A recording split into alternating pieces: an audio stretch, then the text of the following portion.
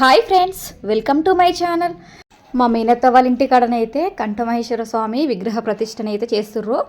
ఇది మొదటి పండుగ కాబట్టి చాలా అంటే చాలా మంచిగా చేసిర్రు. బోనాలు ఇంట్లోకెళ్ళి వెళ్ళే ముందు ఇట్లా వడిబియ్యం పోసుకున్న తర్వాతనే బోనాలను ఎత్తుకుంటారు. మా తమ్ముడైతే ఫస్ట్ బొట్టు పెట్టి బట్టలు అయితే పెడుతుండో, ఇలా కొత్త బట్టలు కట్టుకున్న తర్వాత వడిబియ్యం అయితే పోస్తారు. మా అన్న వాళ్ళు అప్పటికి రాలేదు కాబట్టి మా తమ్ముడైతే బట్టలు పెడుతుండు. ఫస్ట్ టైం పెడుతుండు మా తమ్ముడు బట్టలు అయితే. ఇట్లా బట్టలు పెట్టిన తర్వాత కాళ్ళు అయితే మొక్కుతారు. ఇలా బట్టలు కట్టుకొచ్చుకున్న తర్వాత వడిబియ్యం అయితే పోసేస్తారు. వడిబియ్యం పోసే క్లిప్స్ అన్ని మిస్ అయ్యాయండి, అందుకే యాడ్ చేయట్లేదు. వీడియోని ఎక్కడ స్కిప్ చేయకుండా చూడండి. పంతులు గారు కూడా కథను చాలా చక్కగా చెప్పారు. నేనేమో మాణిక్యాలను పట్టుకున్నా, మా అక్క మా రమ్య మా వదినేమో బోనాలను అయితే ఎత్తుకుర్రు. 3 బోనాలు ఒకటేసారి వెళ్ళాలంట. ఆ 3 బోనాలు అయితే ఒకటి ఎల్లమ్మకు, ఒకటి కంఠమహేశ్వర స్వామికి, ఇంకొకటి వనమైషమ్మకి అయితే చేస్తుర్రు. ఈ 3 బోనాలను ఒకటేసారి తీసుకెళ్తుర్రు. ఎందుకంటే 3 గుళ్ళు పక్క పక్కకే ఉంటాయి. గుడి మాత్రం చాలా దూరం ఉంది. మేము ఇంట్లోకెళ్ళి 7:30కి వెళ్తే మేము గుడికాడికి చేరుకునే వరకు 10:30, 11 అయ్యిందండి. నేనైతే లాస్ట్ దాకా వాయిస్ ఓవర్ అయితే ఇవ్వట్లేదండి, ఎందుకంటే డప్పులతోటి చాలా మంచిగా తీసుకెళ్ళిర్రు. ఎల్లమ్మ వేషాలైనా సరే ప్రతిదీ సూపర్గా చేసిర్రు. పెద్ద పెద్ద డీజే బాక్సులు కూడా పెట్టిరండి. సో ఇప్పుడు మీరు వీడియో చూస్తున్నారు కదా, అక్కడ ఒక సాంగ్ వస్తుందని నేను వాయిస్ ఓవర్ అయితే ఇస్తున్నానండి. ఈ వీడియోస్ కూడా మా తమ్ముడు తీసిన వీడియోస్ అండి. వాడిని తీయమంటే తీసిండు, చాలా మంచిగా తీసిండు వాడైతే. ఇప్పుడైతే డప్పులతోటి బోనాలు ఎలా వెళ్తున్నాయో చూసేయండి.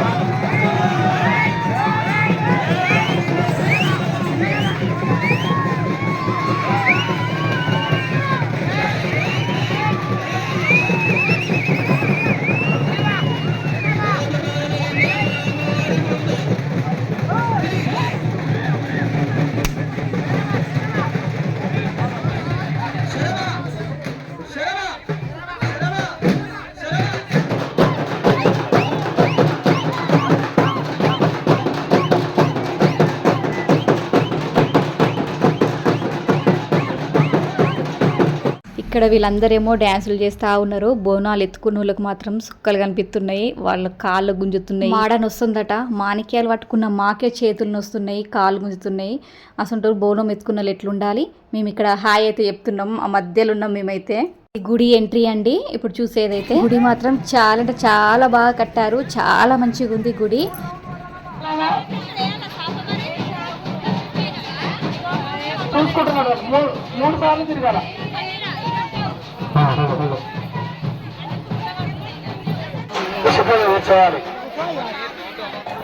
నేలపోగుల గ్రామంలో అంగరంగ వైభవంగా జరగబోతున్నదండి. అందరు కూడా సహకరించాలి దయచేసి. అందరు కూడా ఫస్ట్ ముందుగా ఓం నమ శివాయ కాబట్టి కంఠమామేశ్వర స్వామి ఏం చేసిండు, తన తండ్రి పేరునే గోత్రంగా మలుచుకున్నాడు కంఠమామేశ్వర స్వామి. కాబట్టి కంఠమామేశ్వర స్వామి తరఫున ఏం గోత్రం చెప్పాలి, శివనామ గోత్రం చెప్పాలి. సపర్లు కొట్టండి అందరు కూడా. మీదేం గోత్రం అండి ఇప్పుడు, ఎవరి తరఫున ఇప్పుడు మీదేం గోత్రం అండి? ఎందుకంటే శ్రమాంబదేవి తరఫున కూర్చున్న వాళ్ళు కమడింజ మహర్షి గోత్రం ఎందుకు చెప్పాలంటే, కమడింజ మహర్షి బిడ్డ శ్రమాంబ తన తండ్రి పేరునే గోత్రంగా మలుచుకుంది ఆ శ్రమాంబ తల్లి. కాబట్టి శ్రమాంబ తరఫున కమడింజ మహర్షి గోత్రం చప్పటి కొట్టాలి అందరు కూడా. ఓం శ్రీ శ్రీ కంఠమామయేశ్వర నామనీయస్య మాతా శ్రమాంబదేవి నామనీయస్య శివనామ గోత్ర నామనీయస్య కమడింజ మహర్షి గోత్ర నామనీయస్య తమే సస్య. వినండి అందరు కూడా. ఒక్క గోత్రం చెప్పి పెళ్లి చేసినట్టయితే అన్నా చెల్లెలకు పెళ్లి చేసినంత మహాపాపము. ఎందుకంటే ఇంటి పేర్లు రెండు ఉంటాయి కదా, ఒక్క ఇంటి పేరస్తులే ఇయ్యమందుకోరు కదా. రెండు ఇంట్లో పేర్లు ఉన్నట్టుగానే రెండు గోత్రాలు ఉంటాయి మన గౌడ జాతికి.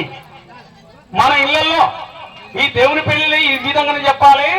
మన ఇళ్లలో కొడుకు పెళ్లి చేసినప్పుడు శివనామ గోత్రం చెప్పాలి. చెప్తున్న వాళ్ళు సపోర్ట్ కొట్టండి. ఒకవేళ గనక మనం కూతురు పెళ్లి చేసినాం అనుకో కమడింజ మహర్షి గోత్రం చెప్పాలి. సపోర్ట్ కొట్టాలి అందరు కూడా. ఈ పెళ్లిలో మాత్రమే అబ్బాయి తరపున శివనామ గోత్రము, మన అమ్మాయి పెళ్లి చేసినప్పుడు కమడింజ మహర్షి గోత్రం చెప్పాలి. ఎక్కడికైనా గుడికి వెళ్ళినా అర్చన చేసినప్పుడైనా ఏం చెప్పాలి, మనకు మొదట పుట్టిన వాడు కమడింజ మహర్షి కాబట్టి అక్కడ అర్చనలో కమడింజ మహర్షి గోత్రమే చెప్పాలి. ఒక పెళ్లిలో మాత్రమే రెండు గోత్రాలు. చప్పలు కొట్టాలి అందరు కూడా.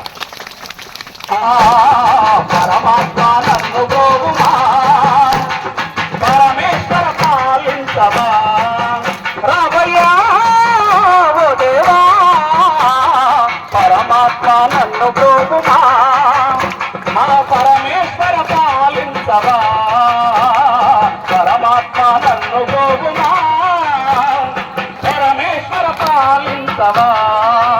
నిన్ను నమ్ముకున్న మౌని సొంత పేరినామయ్యా, నిన్ను వేడుకున్న బాలునికి ముక్తినిచ్చావు, శక్తినిచ్చావు, ముక్తినిచ్చావు. చిత్ర కన్ను తెరచి మదలన్నీ కాచినామయ్యా, యముని శిక్షించి ఏడుగాళ్ళ ఎల్లమ్మవయ్యి నేలపోగుల గ్రామములోన ఏడుగాళ్ళ ఎల్లమ్మవయ్యి. పంతులైతే చాలా మంచిగా చెప్పిండు కదా కథనైతే. కొద్దిసేపు కథ విన్న తర్వాత ఇంటికైతే వెళ్తున్నాం. అప్పటికి 1 అవుతుండొచ్చండి టైం అయితే. అంత లేట్ అయిపోయింది, మాకు ఆకలి అవుతుందని మేమైతే ఇంటికైతే వెళ్తున్నాం. నడుచుకుంటూనే వెళ్తున్నామండి. గుడి 3 కిలోమీటర్ల దూరం అయితే ఉంటుందని చెప్తున్నాను.